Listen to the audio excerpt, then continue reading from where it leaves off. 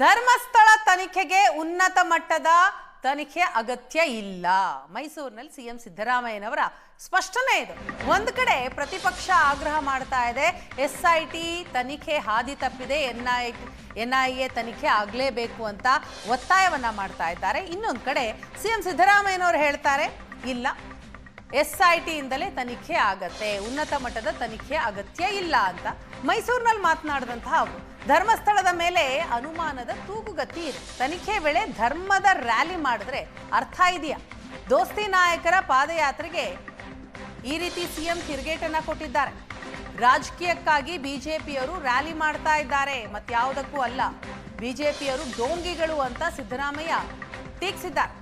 ಡೋಂಗಿಗಳು ಮಾತ್ರ ಬೇಕಾದಂತೆ ಮಾತನಾಡ್ತಾರೆ, ಬಿಜೆಪಿಯವರಿಗೆ ಧರ್ಮವೂ ಗೊತ್ತಿಲ್ಲ, ಜಾತಿಯೂ ಗೊತ್ತಿಲ್ಲ ಅಂತ ರಿಯಾಕ್ಟ್ ಮಾಡಿದ್ದಾರೆ.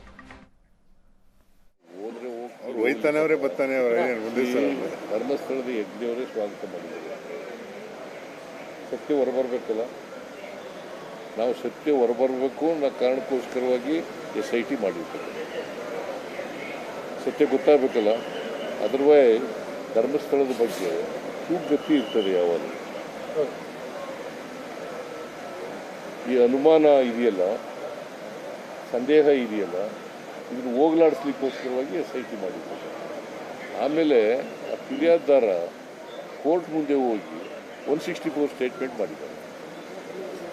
164 ಸ್ಟೇಟ್ಮೆಂಟ್ ಮಾಡಿದ್ದಾರೆ ಮ್ಯಾಜಿಸ್ಟ್ರೇಟ್. ಅನೇಕ ಸಂಘ ಸಂಸ್ಥೆಗಳು ಇವನ್ನೆಲ್ಲ SIT ಮಾಡಬೇಕು ಅಂತಕ್ಕಂಥ ಒತ್ತಾಯ ಇದೆ.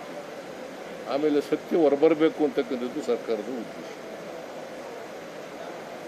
ಸತ್ಯ ಹೊರಗಡೆ ಬರಬೇಕಲ್ಲ. SIT ತನಿಖೆನ ಸ್ವಾಗತ ಮಾಡಿರೋರು ಯಾರು? ಬಿಜೆಪಿ ಅವರು. ಈಗ ಮಾತ್ರ ಧರ್ಮದ ರ್ಯಾಲಿ, ಯಾವ ಧರ್ಮದ ರ್ಯಾಲಿ, ಅವ್ರಿಗೆ ಧರ್ಮನೂ ಗೊತ್ತಿಲ್ಲ, ಜಾತಿನೂ ಗೊತ್ತಿಲ್ಲ, ಇದನ್ನೂ ಗೊತ್ತಿಲ್ಲ. ಸುಮ್ಮನೆ ರಾಜಕೀಯ ಮಾಡಬೇಕು, ಮಾಡ್ತಾ ಇದ್ದೀವಿ. ಓಟ್